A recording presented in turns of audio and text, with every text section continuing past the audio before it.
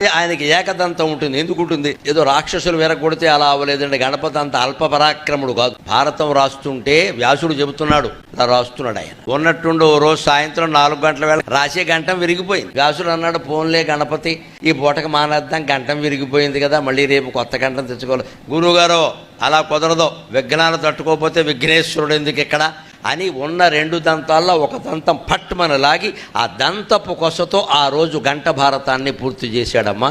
అది వినాయకుడు దీక్ష.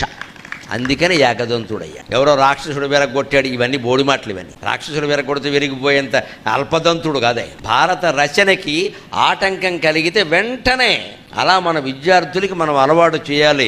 కలం లేదని, కాగితం లేదని పని ఆపేయకూడదండి. మరో సాధనంతో కొనసాగించాలి ఖచ్చితంగా. అలాగ నిర్విఘ్నం కురుమే దేవా అనడానికి ఆయన ఎందుకు ఆధారం అయ్యాడు అంటే, ఆయన జీవితంలో ఎటువంటి ఆటంకాలు వచ్చినా తట్టుకున్నాడు ఆయన.